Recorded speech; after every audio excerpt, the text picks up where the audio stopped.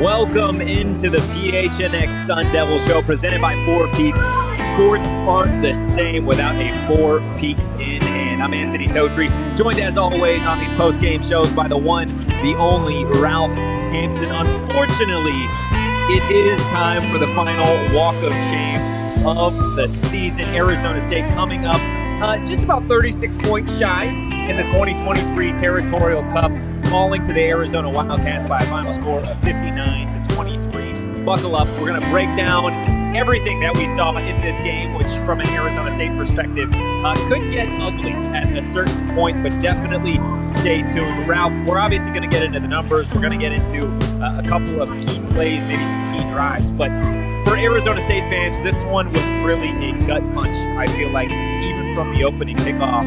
What did you see I guess, for the full 4 quarters of this one? I finally understand the sound of silence. Hello, darkness, my old friend. Yep. That whole song, didn't get it. 39 years old, finally understand it. Got a little bit more empathy, sympathy for our neighbors down south and what they went through a few years ago. I mean, I don't know what it's like to have 70 scored against you. Do you know what it's like to have 70 scored? I have never lost by 63 before. Yeah. 60? You ever? No, only 36. Okay, only 36. Yeah. Okay. Well, so I guess we don't know what it's like. But we're not having a good time right now. We're not having a good time. No. I mean, look, it definitely, it's interesting because early on, it didn't feel like this was what the game was going to be, right? I think getting into it at the start, there was always the possibility that Arizona was never going to let their foot off the gas from an Arizona State team that's been banged up really all season long. You didn't know what you were going to really get. Jaden Rashada coming back in his first game in a few months. Right. And you saw it, right? Arizona marching down the field. The defense was able to hold them to a field goal to start. Arizona State responds with an impressive 75-yard touchdown drive where they didn't throw a single pass. And then after that, then it was really all downhill offensively. But defensively is what I really want to get into because it looked like Noah Fafita, Jed Fish, that Arizona Wildcats offense, they had their way from the second possession through the remainder of the game. And for a Brian Ward defense that has been really the key for Arizona State and kept them in so many games and is in reality a big part of why they were able to win some of the 3 games that they won. This showing specifically, I feel like is really head-scratching for a lot of ASU fans. Absolutely. And, I mean, you can go back pretty far to point to some of the things that happened that led to today's result. Yeah. One of those things is neither Arizona State nor Arizona being aware of Jacob Cowing, Maricopa High School Rams legend, who was allowed to get out of state for 3 years before he decided to come back. His addition to this University of Arizona roster has made them almost unstoppable. And one of the other things is getting the commitment of Noah Fafita from Servite High School in California led to getting the commitments of 3 of his teammates, one of which is Tedoroya McMillan. And today we saw them running those deep in routes, not getting pressure on Fafita, not getting home with your defensive line. And once they break inside on those deep ends, you're hitting Tedoroya McMillan in stride. And again, some people believe him to be one of the top 15 players in the country coming out of high school. In fact, a lot of people didn't offer Noah Fafita a scholarship because they thought it was Tedoroya McMillan doing all the work. But you don't have to find out which one it is if you get both. Yeah. And that's what they, and that's what they did. And so a credit to Jed Fish for spotting Noah Fafita in and recruiting him. How he was not starting over Jaden Delora before this is crazy, is completely insane. But at the same time, this is the offense that they've been running all year. Very disappointing that Arizona State wasn't ready for it. Yeah, absolutely. I mean, Fafita, McMillan, Cowing all looked as good, if not better, than advertised. McMillan with a Territorial Cup record, 266 receiving yards, also had 11 catches on 15 targets and a touchdown. Really, Noah Fafita, 527 passing yards, an Arizona school record, the 4 touchdowns, the 1 INT, quarterback rating of 208.5. It's tough, I think, for ASU fans because a large part of what you've been able to see from the defense this season was they found ways to get pressure. Now, that didn't always result in bringing quarterbacks down. It didn't always result in those sack numbers.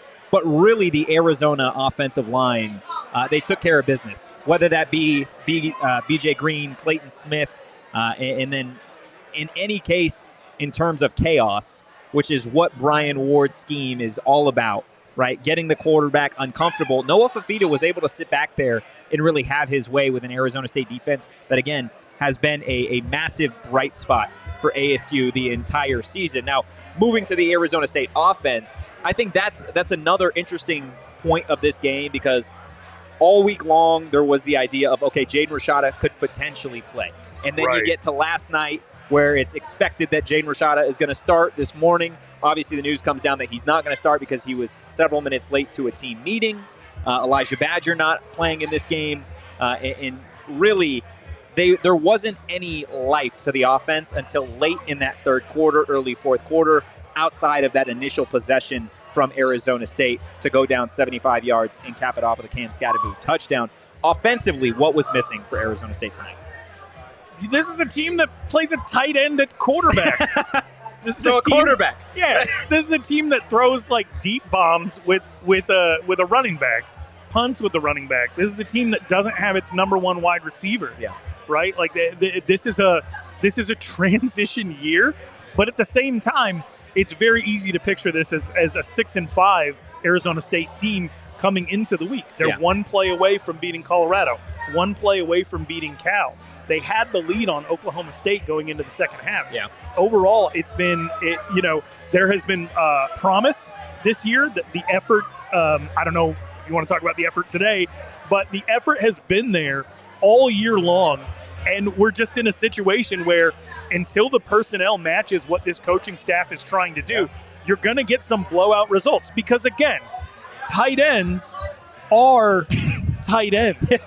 That's what they are. What you want for your team is for your tight end to be catching passes the way that Tanner McLaughlin catches passes for Arizona, breaking Rob Gronkowski's all-time receptions record at the University of Arizona. What you don't want is Tanner McLaughlin being your leading rusher. Yeah. Like that would be a recipe for disaster for University of Arizona. Unfortunately, that's the situation that Arizona State's in. Jaden Rashada, to throw him into the mix, 82 yards passing, is not going to get it done. No. There weren't receivers open downfield. I want to point out the fact that anytime he scrambled and didn't get rid of the ball, it's not like he really had anybody to throw to in those moments. I thought that Trenton Bourget did a fantastic job working with everything that he worked with all year long. And for all of the people that have said, we just need Jaden Rashada back, this is what it looks like when Jaden Rashada doesn't have the support of a number one wide receiver, doesn't have the support of an offensive line that can keep him from taking punishment. Yeah, no, you're absolutely right. I do want to get to a super chat from James Perham. I'll read it, okay? I'll read it. Bear down, bear down, bear down, bear down, bear down. Look, we appreciate the $10. Hey, thanks for the money, bud. We appreciate the $10. Let's go ahead and get to By the Numbers, presented by Desert Financial Credit Union. Of course, the only number that does matter at the end of the day is that final score. Arizona coming out on top in the 2023 Territorial Cup, 59-23 over Arizona State. You look at the total yards for these two teams. Arizona State totaling 306. Arizona with a whopping 619 in terms of the aerial attack. Jaden Rashada, Ralph, you mentioned it, only able to come up with 82 passing yards for the Sun Devils. Noah Fafita on the other side, 527. The rush yards, another interesting part of this game. The Wildcats with 92. Arizona State with 224. And then the turnover margin. Arizona State turning it over 3 times. The Wildcats, just the one Noah Fafita interception. Ralph, which number sticks out the most to you when you see a graphic that has that many just ridiculous numbers on it? Well, sub 100 rushing yards for University of Arizona, because it was the thing that was important to them in this game is scoring 70. Yeah. Right? They still had Tedoroya McMillan in, still had Noah Fafita in late in the fourth quarter. Throwing the ball, their final touchdown pass was a pass, right? They had no interest whatsoever in pounding the rock and getting out of here without injuries. They don't care about a bowl. Yeah. They don't care that they're going to go to El Paso. They don't care about any of this. This was their Super Bowl, and that's why they spent the entire time throwing. And I do want to point out, their goal was to get to at least 70. They did do They did not reach it. So I hope that with all the joy that they're experiencing in that locker room, that they do have that in the back of their head, that they tried to do something, they got to be honest, could only be done by one of these two schools. You're absolutely right. So I'm clinging to what I can here. I'm clinging to what I can. Look, one thing I do want to point out in this one, and there's probably going to be a lot of people that disagree or don't like it, but one thing about this Arizona State team that I have found personally impressive throughout the season is their ability to bounce back, their ability to continue to play even when the going gets tough. And again, I know it was a 36-point loss, the final game of the season, whatever you want to say, but it would have been very easy, I feel like, for a lot of teams down the amount of points, the amount of players, the fans leaving. It would have been very easy for this Arizona State team to just roll over and let Arizona have their way with them in that second half. But Arizona State winning the fourth quarter, right? Imagine only winning 3 quarters. And really, imagine only winning 3 quarters and not rushing for 100 yards. And keeping your starters in the whole game. Keeping your starters in the entire game. Like, the crazy thing is this team continued to fight down the stretch. And I think that says a lot about, again, the coaching staff in place is trying to build something, yet to your point earlier, the personnel just doesn't meet what they're trying to accomplish, at least quite yet. Look, we're going to continue talking Arizona State and Arizona, but first I want to tell you guys a little bit about our friends over at Desert Financial Credit Union. They are the official retail banking partner of Arizona State University, and for more than 84 years, Desert Financial has been Arizona's largest, most trusted local credit union, dedicated to creating exceptional experiences by giving back to the community and providing financial solutions that do make lives better. And if you're an Arizona sports fan, there is no better place to do your banking than Desert Financial Credit Union. It is the only place you can show your team spirit every time you make a purchase with exclusive debit cards branded with your favorite teams. Bring the boom and get fired up with the Arizona State University Visa debit card. And now is the time to show your ASU team spirit. Okay, open a free checking account online and get $200 plus your choice of 3 Arizona State University Visa debit cards. Go to desertfinancial.com/ASU to get started. If you wanted to, if you wanted to, could you deposit 70 at Desert Financial Credit Union? You could. You absolutely could. So it's possible. Ralph, I love it, man. I love the fact that we're clinging to it. Another thing that everybody here in Tempe is clinging to is Burrito Express. Guys, if you haven't tried it, check it out. There is no better way to start your Sunday after this game than stopping at your local Burrito Express, grabbing a steak and egg, maybe add some bacon. They got locations all over the valley, and they do have some NIL deals with ASU athletes. So every time you guys go to Burrito Express, you are also supporting Arizona State. Go ahead and grab a burrito and give them a follow on social media at BurritoEXP. Now, usually on these post-game shows, we've got bottle service for the player of the game. We've got heat index for some players who played well. But let's be real. In a 36-point loss, we're not going to be doing heat index. We're not going to be sitting here and just blindly saying that X, Y, and Z had a phenomenal game. But I do want to give bottle service, not to a specific player, but I want to give bottle service tonight to the Arizona State fans that stayed for the entirety of that game.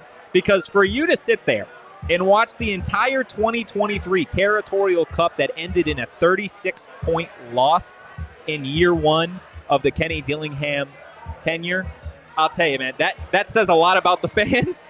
That says a lot about the fandom and the culture that I think Arizona State is trying to bring.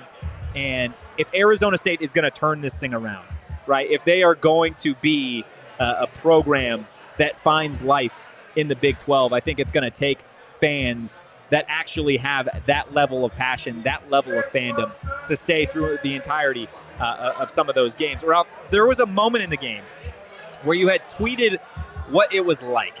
And for those that haven't seen that specific tweet, I'm curious if you could just go ahead and share that story, because I think it was a perfect, it perfectly encapsulated what that game was. Okay, let's share my childhood trauma with the viewers. Appreciate it. And Tina, in the comments, I see you. What's up? You're right. We are reaching. It is pathetic. Also pathetic, not being able to score 70. Yeah, no, we did that. We're just like a couple of Wildcats here. Yeah. But anyway, so watching Arizona State's defense, watching those deep in routes, and wide open space, all the yards after catch. I was like, man, Arizona State's defense looks lost out here. And I was thinking, I was like, because I'm staring off into space, coping at this point. And I was like, man, I remember one time I got lost, like this lost. Parents forgot to pick me up from kindergarten, little miscommunication, and about an hour had gone by. I still hadn't been picked up. Now, granted, this is like 1990, so they're not as hardcore on supervising the children. So I was like, I'm going to figure this out. I'm going to start walking. About 4 hours later, I get picked up by the fire department 3 miles in the opposite direction of my house. And I said, this very much, the way this defense is lost feels very much like how I was lost. Just wandering. Yeah, only the defense doesn't get a fun ride in a fire truck at the end of the night. Oh, my God. Get the fuck out of here. Get out of here. Hey, imagine only winning by 36. It's just out of here. Good to see you. I don't want a hug from you right now. One of the things He I was don't just telling want. his childhood trauma about how he got lost, and here Saul is. He found you. Saul found you. Saul's the fire. He's the fireman. Bye, Saul. Goodbye. Oh, my goodness. Max and our security detail in the back really letting us Doing down. a horrible job, Max. We have you running security over here, and you can't even keep the Wildcat fan from butting into the postgame show, man. That's terrible. That's absolutely terrible.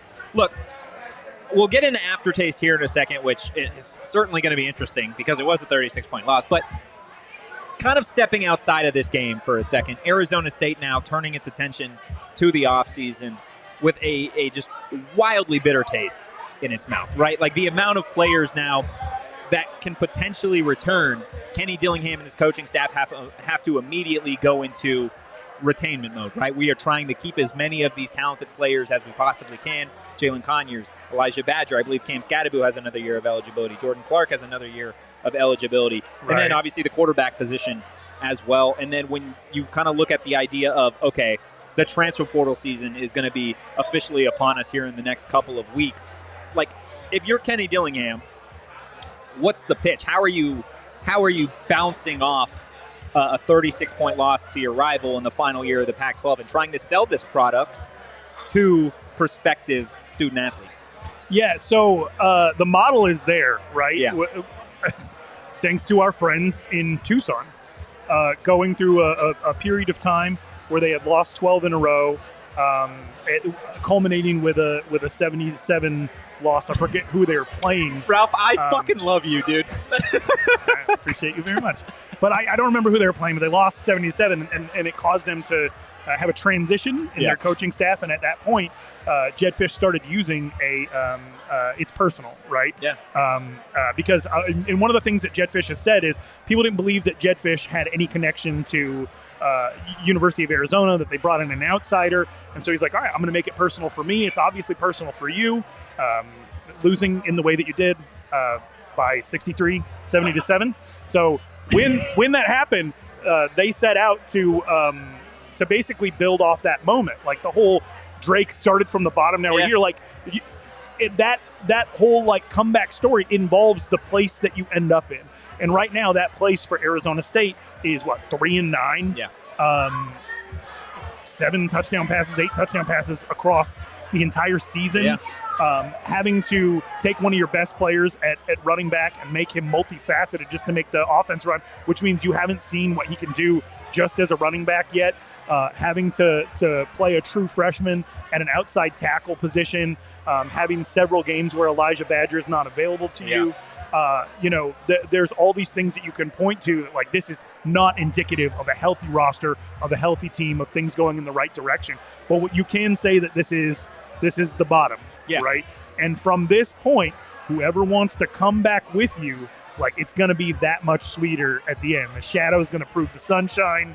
The half-empty glass is going to be half full at some point. Whatever colloquialism, whatever phrase you want to put in there, like, this is as bad as it gets. And University of Arizona showed us it is possible to remodel your roster. It is possible to remodel your culture. Yeah. And it is possible to get the right players in place and get them to a point where they can succeed. I don't think that Kenny Dillingham has any illusions about what the mission is from this point on. You're just going to have to make some decisions as far as staffing. Brian Ward is locked up for 3 more years. Now let's get Brian Ward the personnel that's going to make this defense run. Kenny Dillingham has to make a decision about what level of involvement he wants to have in the play calling. And there are players on this roster that need to make a decision over the next few days. Are they going to continue their journey at Arizona State? Are they going to build from this point and move on from here?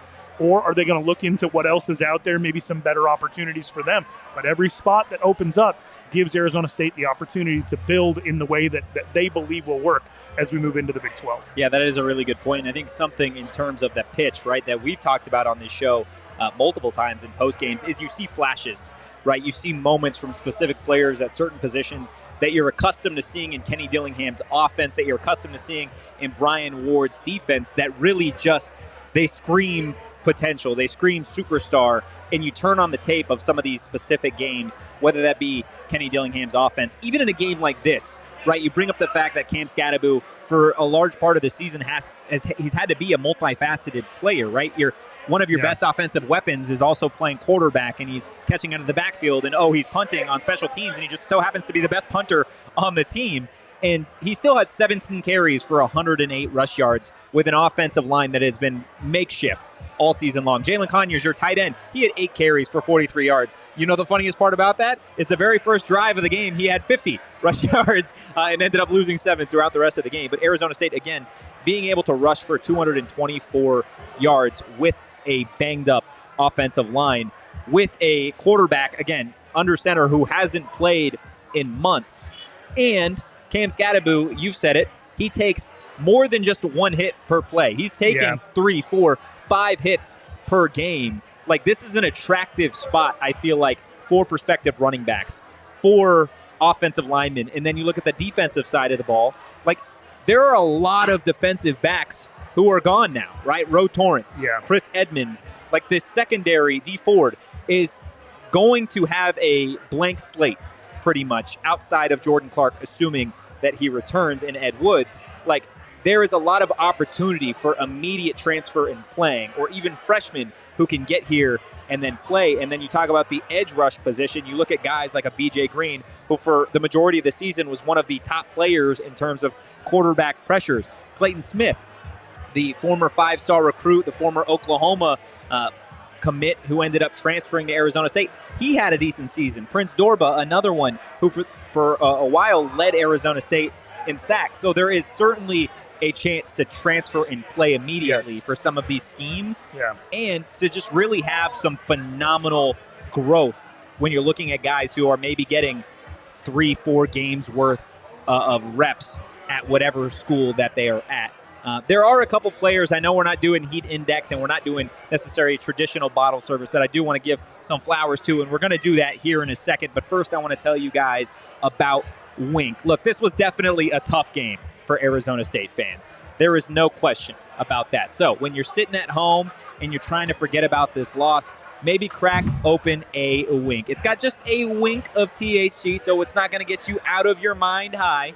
Okay, but it's definitely going to take the edge off, and who knows, maybe you have 1, 2, 3, and you'll definitely forget about what you just watched in this 2023 Territorial Cup. It's absolutely perhaps just the shrug. 70 milligrams? There you go. There you go. There you go. Look, there is 0 sugar and 0 calories, and they come in a variety of flavors like mango, lime, and black cherry, plus 0 hangover with Wing. Guys, buy them online in 12, 24, and variety packs right now, and use that promo code PHNX for an additional 50% off your total order. Now, look, it wasn't Arizona State's night tonight, okay? But it could be your night, it could be your morning, it could be your afternoon with Arizona Lottery. Guys, holiday scratchers from Arizona Lottery make last-minute shopping easy, and they make a perfect gift, especially if you hit big. They got top prizes up to $500,000. I know that would certainly cure me from this 36-point loss. Guys, there are scratchers for everybody on your holiday list. Go out and buy your holiday scratchers today. Let's go ahead and get to some of the comments. Take your glasses off in a building you tool. Anthony, you know, I'm just going to glide past that one simply because you have my name. Okay, that's the only reason that I'm not just hitting the mute button on you, buddy. Okay. David, it was a day game. Thank you. Yes, it absolutely was. And then Tina, obviously, in the chat. Tina, it's time for your favorite part of the show, okay? It's time for Aftertaste. Now, in a 36-point loss, you could go a bunch of different ways here. And for those of you that are new to the PHNX Sun Devils postgame show, Aftertaste is just kind of like what the game tasted like, okay? And it's the most probably segment that we have on this entire network. So, Ralph, I'm going to ask you and chat chime in. What was blasted into your mouth this afternoon? There's a movie called Christmas Story. I've never seen it, but I know every word of it because my name is Ralph. Apparently the character's name is Ralphie. And in this movie, he licks a frozen pole, gets stuck. This is frozen pole because you can't get away from it. Nope. You're just stuck here now. You're just stuck here. And yeah. I want to say for the chat, there's not enough University of Arizona fans in the chat. Like, have some pride. You waited 3 years for this. Glow. Seriously. It's just Tina. Like, seriously. And Anthony. Where are your friends? Doesn't anybody care about this program? You have today to celebrate until your coach leaves tomorrow. Seriously, Celebrate which we haven't today. even talked about. This is Jedfish's going away party. Yeah. Shout out Kenny Dillingham and the staff for sending out Jedfish the right way on his way to UCLA. And probably, maybe Noah Fafita as well. I talked about it earlier in the week. We've seen quarterback coach duos head to LA before, right? Frozen pole. Who knows? Maybe that's the next duo. For me, this tastes like a shot of... Let's go a shot of Fireball. I know there's people out there, crazy people who enjoy Fireball. For me, it is like drinking the Big Red gum. Yeah. And it's just awful, okay? There's alcohol that, like tequila, like you take the shot, it's bleh, and then you're like, okay, you feel the effects. Vodka's a no-go for me. I'm on the floor every time. Fireball is one of those that it's like an uppercut to the mouth. You start bleeding, like you're crying. You're calling for your mom, like you don't know what's going on. That's exactly what this was like for me. It was like a shot of Fireball where you're just like, this was disgusting. I didn't want this. But at the end of the night, it's over. It's over, man. You strike me as somebody who likes something that's like 70 proof. Yeah, yeah. Yeah, I mean, if we're going to be drinking, we're going to be drinking. You know what I'm talking about? Look, while we're speaking of drinking, guys, we're still going to be here at Illegal Pete's doing the post-game show for the next little bit. But regardless of us being here, come check out Illegal Pete's Tucson, Tempe locations. It's a vibe. They got great food, great drinks, and really some great customer service here as well. But getting to some of the players that I wanted to talk about, we already discussed Cam Skattebo. Yeah. But I really want to dive into Jalin Conyers here because this is a guy that going into the season, the expectations for Jalin Conyers to be one of the nation's best tight ends. He's obviously a great friend of the program. Today and for the last few games, having to kind of be stretched out and play multiple positions, right? To go ahead and play quarterback, to have to run the read option, to still play tight end. Earlier in the season, a lot of people didn't necessarily know about it, but the season now that it's over, he was actually asked to switch positions. He was asked, I want to say middle of the season, to switch to wide receiver. So there was a specific game, I want to say the Colorado game, where he only played a handful of snaps. And a large part of that was due to the fact that he was moving to the perimeter. Eventually, they decided to move him back to tight end. But you talk about a player with such lofty expectations that does have the opportunity to return to Arizona State. And he has been really a key piece to what Kenny Dillingham has done offensively this season. In my mind, I know there's a bunch of different players that you want to target, but Jalin Conyers deserves flowers, regardless of the play, just for the fact that he has accepted that role of having to go out there to play quarterback, to play running back, to play tight end, to sometimes play wide receiver, right? Like, how many players out there would quite literally just be like, nah, like, I'm a tight end. This is what I do. This is what I was brought here to do. Yeah. And he has taken that challenge, and it is a challenge. Like, how hard is it? How hard would it be for just you or me, right, to go out there and try and learn a playbook of one position? Now, to go out there and do it at like 3, like that takes a level of commitment to the game that I feel like maybe the traditional fan doesn't truly understand. I was like, what are you getting at? Does Kenny need us? Are we going in? Please no. Yeah, put us in, coach. Put us in. I'm good. I've been good. You don't have one play in you? No, Herm Edwards used to say that I got one play left in me, and when he didn't finish that sentence, it's like, I have one play left in me until I die on the field. Yeah, no, there's no way. There's no way. Yeah, I'm good. But You were absolutely right about Jalin Conyers. Here's the deal. The administration came to you and they said, like, we look at this roster, we don't believe in it. We don't think you're going to get to 6 wins. We're going to take that bowl away, right? Jalin Conyers is part of the PHNX family. He goes out here, he puts his face and his name out there and his words, right? And he's out front for this team that the performance hasn't been good. There's been blowout losses, and he has to go out and he has to back it up with his play. Yeah. It's not easy to be flexible. It's not easy to be in a situation that you weren't originally committed to. Yeah.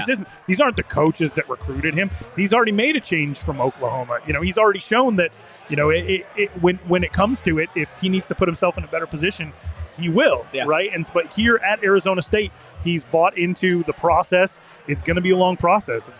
This is not a good team, right? This is it's going to take time. It's going to take time. And I spent some time hanging out with Gus Farwell, former Arizona State quarterback. Spent a lot of time talking to Kyle Murphy. Yeah. They talk a lot about the teams leading up to 1996, the teams that were not winning, the ones that went through really, really hard times.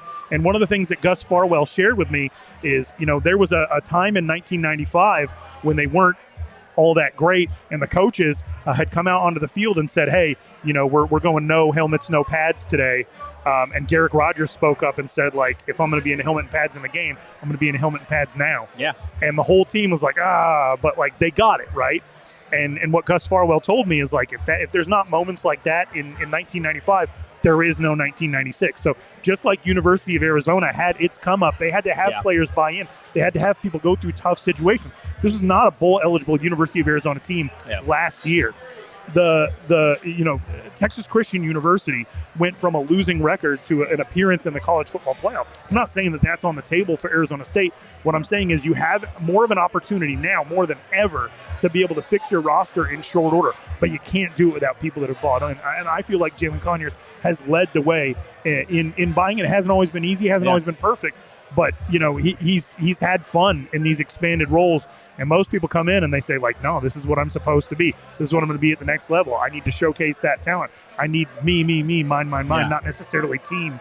And he's had to go out there, be team-oriented, sacrifice, and do whatever it took just to be able to get through games, just to be able to get to the end of a game and field a team that has the ability to kick a field goal. Remember earlier this year, would have beat Washington if they just had enough players to be able to kick field goals. And these aren't excuses. These were all losses in a season that doesn't count and doesn't matter.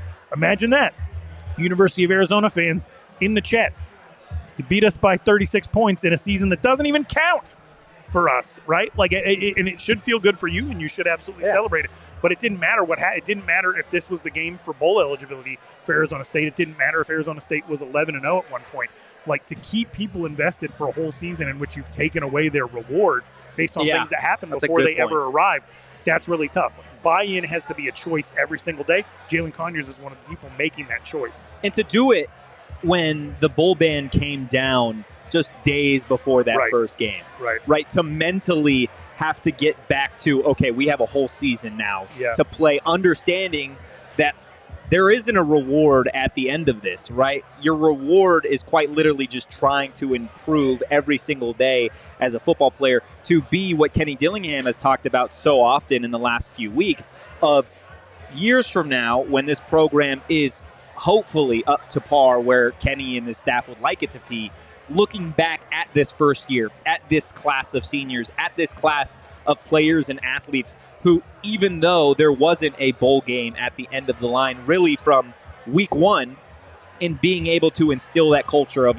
like, yes, we lost to Oregon by however many points. We're still going to show up 10, 15 minutes early to a meeting. Right. To understand that, yes, we lost a game, but instead of going out and partying, we're heading back and we're watching film or we're taking care of our bodies. And then it says, I think, a lot about the specific player to do this. Because, again, anybody can try and make a statement, and I know the coaches will love it, but it just doesn't hit the same if you've got a third-string guy who doesn't see the field, who is your quote-unquote leader, right? But to have some of your best offensive players, Cam Skattebo, Jalin Conyers, week in, week out is one thing, but quite literally quarter after quarter being able to stay level in games where you're already down and out and showing up, I think that speaks volumes to again, what this culture is going to eventually be, because it's not there yet. Same thing with the product, right? It's going to take time. It's going to take longer than just a season. Next year, again, the expectation shouldn't be that they're going to be national championship contenders. But knowing Kenny, he's going to do everything in his power to get this team to think that way, right? To go in every single day, to have the mentality that, why can't we do this? Right. And Kenny Dillingham's message is compete, compete, compete. Yeah. Chess, basketball practice, whatever it is, compete in the same way that Jed Fish's message is, it's personal. Yeah. I'm going to be really honest with you for a minute. 2020 game, I didn't like it. Yeah. I don't like Arizona State running over a down-and-out Arizona team. I don't like an Arizona team that is on its way up running over a down-and-out Arizona State team. I want the big game. Yeah. I want 11-0 Michigan, 11-0 Exactly. Ohio State. Yeah. And what's interesting is for Arizona State fans, you've had to watch this year Jermaine Lole on a 10-2 Louisville team. We have a game on right now, Ricky Pearsall against Johnny Wilson, with two former Arizona State offensive coordinators coaching against each other. We talked about Ohio State, Michigan just now. You had Ladarius Henderson starting at tackle for Michigan, and on the other side, you have Diamante Traynham. You have Eric Gentry over at USC. Yeah. You have Jaden Daniels over at LSU. There are all of these people that were part of this process that have broken off and gone on to be successful on an individual level. It was a very painful year for Arizona State fans to watch all these people that they used to root for in maroon and gold having success elsewhere. But the truth of the matter is, it wasn't being done the right way for Arizona State, and we have to pay the piper. Yeah. This is part of that process, and the penultimate penalty for the mismanagement of Arizona State football under the prior administration is the result of this game right here. Yeah. And I know that people don't want to hear it. You're going to go on Facebook and say, why are people still blaming Ray? Why are people still blaming Herm Edwards? Look around the landscape of college football at all the former Sun Devils that are performing on a high elite level for high elite teams. Yeah. Right? Like this actually is the wake of the tsunami from the era of Herm Edwards, of Ray Anderson, of Antonio Pierce. I'm looking forward to the dawn of a new era when you actually have the ability to not be looking out and seeing all of these former Sun Devils succeeding elsewhere. You can feel the competitive team, and you get to the point where there's actually something on the line for both teams going into the Territorial Cup. I am one of those people that I believe in a healthy University of Arizona, a healthy Arizona State. I want these games to mean something more than just being able to jump in the chat and roast Anthony Totri for wearing sunglasses indoors. Which, again, there's so many people in here that haven't necessarily been in some of the post games, so they don't understand that I wear sunglasses quite literally just about every single show. Shout out Shady Rays, one of our sponsors. Now you know why I wear them. But I think that's a really unique perspective that I think would be interesting to see how many fans out there want that, right? Because you talk about the national stage in the idea of you want Ohio State, Michigan. You want Georgia, Alabama. You want this thing to be the best damn rivalry in all of college sports. So it's never going to get to that point if you constantly, year after year, are just trading 60-point wins, 30-point wins, 40-point wins. And like you said, you just have one team on the up and up constantly bulldozing the other. Yeah. And I think the interesting part is Arizona State, I think we can both agree, has the staff in place, at least the majority of the staff in place, to get to the level that they'd like to get to. It is about personnel. Now, for Arizona on the other side of that coin, you are on the up and up. Now I think the question is, can you retain that, right? Because the unfortunate part for a fan base of having a team that is constantly getting better is you constantly have other programs in college sports trying to poach those guys. And I know we've joked about it before with Jed Fish, but let's be real. That is a real possibility that Jed Fish might not be the coach at Arizona next year. It is a real possibility, and I'm telling you right now, this isn't trolling. Jed Fish has done such a good job. He came in, he went 1-11 in a year where University of Arizona did not want to fund his NCAA granted ability to cut players. Yeah. So he didn't get to come in and turn over the roster. To be able to go from 1-11 to 9-3 in 2 years without the ability to cut players is such a huge credit to Jed Fish. But guess what? He makes $2.8 million a year. And to you in this chat, 2.8, that's life-changing money. Why would he ever want to leave Tucson? Yeah. Guess what? Guess what? Kenny Dillingham makes more money than Jed Fish, and it's not like University of Arizona has the resources right now to double his salary, but there are schools that do. It's because they misplaced $240 million. They did misplace $240 million, and as University of Arizona fans will point out, well, that's not necessarily all the athletic budget. It's going to affect some athletics, but football doesn't have the ability to just double Jed Fish's salary. There are schools that can give him resources that he doesn't have right now, and the one thing you need to know about Jed Fish is he didn't have any connection to Tucson, and he has worked everywhere. He paid his dues. He was an assistant for 20 years. He worked under Steve Spurrier. He worked under Bill Belichick. He worked under Sean McVay. He worked under Jim Harbaugh. He has an enormous network of valuable contributors, staff that he can draw from if you're smart. Michigan State just went after Jonathan Smith for turning around Oregon in 6 years. Guess what? Jed Fish could do it for you in 2. Yeah. Right? And name that 2, and I can do it in 2 notes. Jed Fish, and this, again, I'm not trolling University of Arizona fans. You are going to have to pony up to keep him. And this is the position you wanted to be in. If you're University of Arizona, you wanted to get so good that someone is going to come steal your staff away. And I'm telling you right now, Mississippi can double his salary right now. Texas A&M can triple his salary right now. University of Arizona is paying a 33-year-old more than your 56-year-old coach with 20 years of experience makes. If the resources aren't there for him, he's gone. Yeah. And it's going to really benefit somebody. He's done a fantastic job. What does Arizona do from there? I don't know. Is it a complete rebuild? Does he take Keon Burnett with him? I don't know. He's at University of Arizona Legacy. Does he take Coleman, the running back, with him? Probably. Yeah, you look at the players now, too. Noah it's the same Fafita, thing. Tataroya McMillan.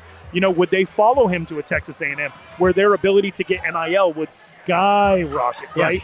So I would be afraid of that if you are a University of Arizona fan. I would want President Robbins. I would want them to come in with a huge offer right away. Yeah, that's a conversation that happens tomorrow. It needs to happen tomorrow. Tonight, maybe. Yeah. Tonight, maybe. Jonathan Smith had. Yeah, you're right. That the news of Jonathan Smith taking the Michigan State job came out before Oregon State.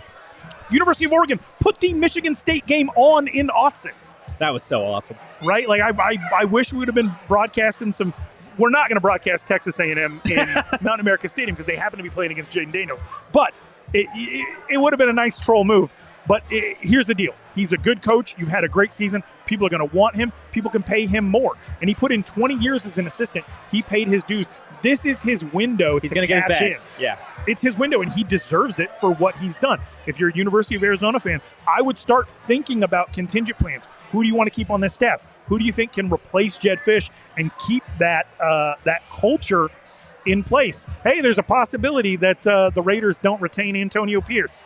If you want your inside man back. God, that would be hilarious. That would be hilarious if the Arizona Wildcats lost Jed Fish and then opted to hire Antonio Pierce. I think, look, you bring up a really great point that I think a lot of Arizona fans and maybe ASU fans have just kind of slid under, right? The idea that with Arizona growing game after game and the players kind of, again, when you have a season that ends 9-3 with close losses to some of the nation's best teams, the national eyes are not only on the coaching staff, they are on those players, right? You bring up Jed Fish not having necessarily any ties to Tucson. There's no reason necessarily for him to stay at Arizona if there is somebody like a Texas A&M willing to triple his salary. Now, for Arizona State on the other side of it, the big thing for him has constantly been, okay, Kenny Dillingham, he's an ASU guy through and through. Right. He's grew up here, yeah. Right? This is his quote-unquote dream job. There's not necessarily, at least he says,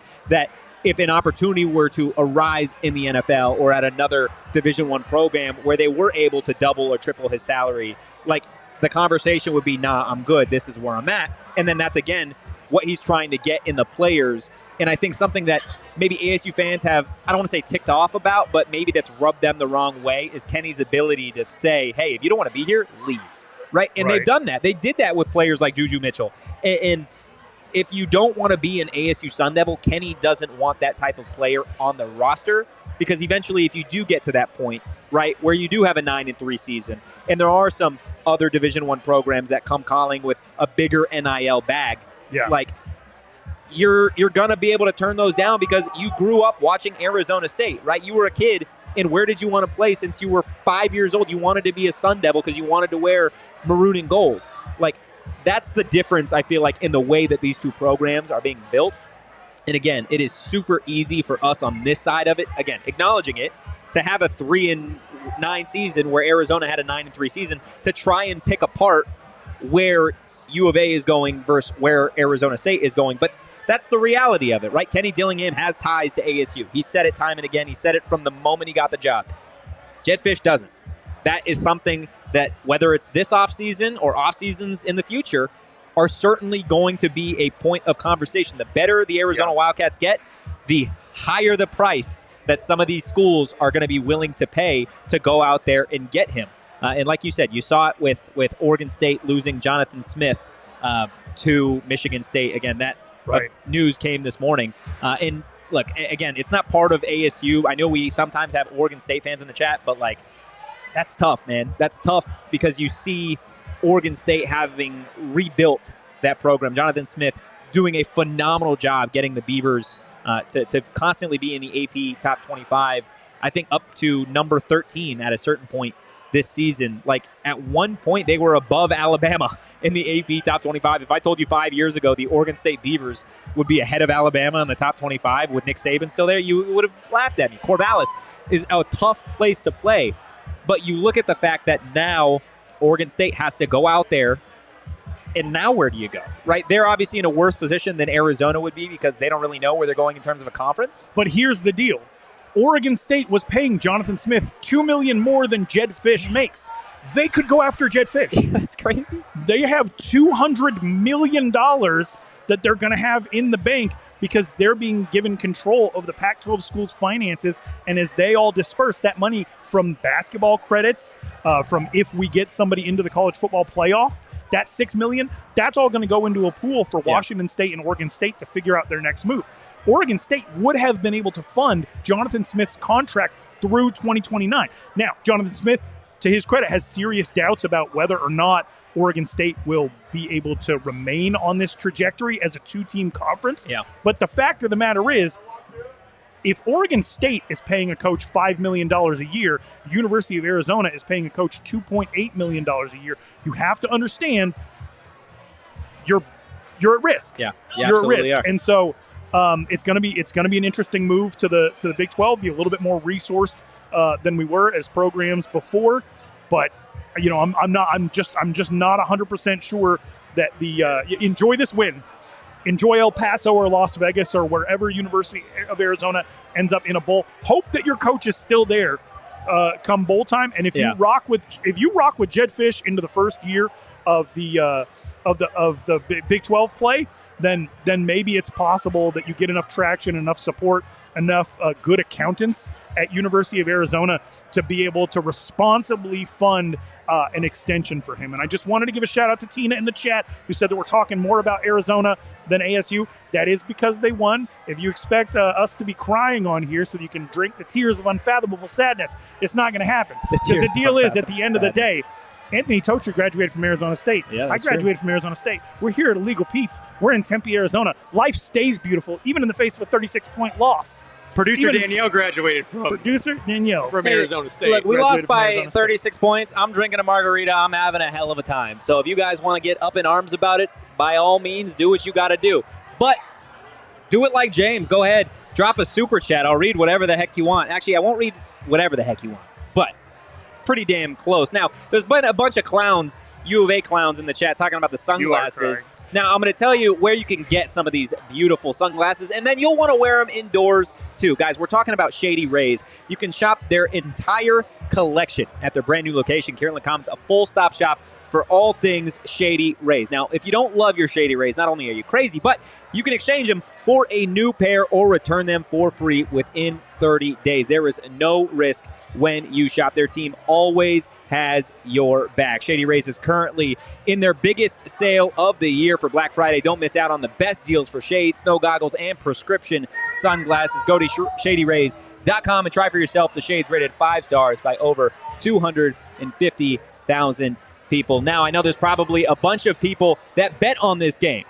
Hope you did it on the BetMGM Sportsbook app. Guys, download the BetMGM Sportsbook app on iOS or Android or visit BetMGM.com and sign up with code PHNX. Sign up and deposit at least $10 into your newly created account. Place a wager in the amount of at least $10 at standard odds price, a qualifying bet. And once you have placed a qualifying bet, you guys are going to receive $200 in bonus bets, regardless of the outcome of your wager. Again, I hope everybody won some money betting on college football today, and you can bet on the NFL tomorrow. Guys, again, sign up for BetMGM and use that bonus code PHNX. Place your first BetMGM Sportsbook wager through BetMGM Sportsbook mobile app of at least $10, and you guys are going to receive $200 instantly in additional winnings, regardless of your wager's outcome. Go ahead and check out the show notes for full details. And now listen to Shane talk about the disclaimer. Gambling problem? Call 1-800-GAMBLER. Colorado, D.C., Illinois, Indiana, Kansas, Louisiana, Maryland, Mississippi, New Jersey, Nevada, Ohio, Pennsylvania, Tennessee, Virginia, West Virginia, Wyoming. Call 877-8-HOPE-NY or text HOPE-NY 467-369 New York. Call 1-800-327-5050 Massachusetts. 21 plus to wager. Please gamble responsibly. Call 1-800-NEXT-STEP Arizona. 1-800-BETS-OFF Iowa. 1-800-270-7117 for confidential help Michigan. 1-800-981-0023 Puerto Rico in partnership with Kansas Crossing Casino and Hotel. Visit BetMGM.com for terms and conditions. U.S. promotional offers not available in D.C., New York, or Ontario.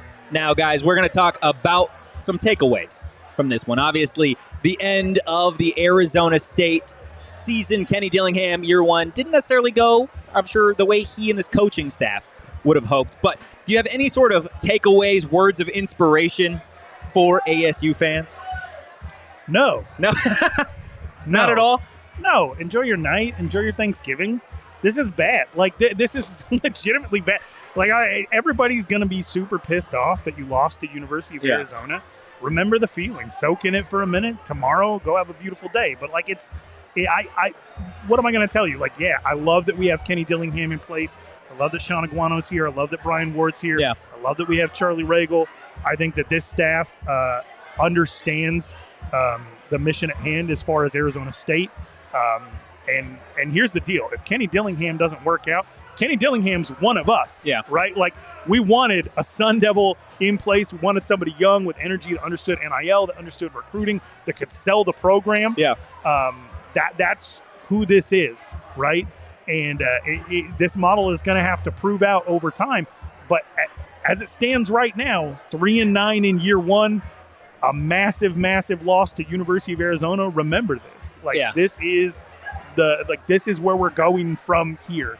And I think that you do have to soak this in. Yeah, no, absolutely. Danielle, let's go ahead and get to closing time on our way out. For Arizona State fans, look, I know the 3-9 season isn't necessarily what you would have liked to see, but there is a reason that all three bottles, all three takeaways tonight are on to 2024 because, like Ralph said, the future is bright for Arizona State. We feel like the Sun Devils have the right coaching staff in place. Now it is just time to get the right ingredients, and maybe ASU can take on the Big 12 with their heads held high. Guys, that is going to do it for this PHNX Sun Devils post-game show. Again, we've got post-game shows for Arizona State basketball that we're going to continue doing. We have shows just about every single day of the week. So go ahead, stay locked in. Give us a follow on social at PHNX_Sun Devils. You can follow me on social at Anthony_Totri. You can follow my main man, Ralph, here at Ralph Amsden. You can follow DJ Danielle at Abraca Danielle. And on your way out, guys, go ahead, hit that like button, hit that subscribe button, and we're going to see you Monday. But in the meantime, go Devils, and peace. We all silly like the mayor.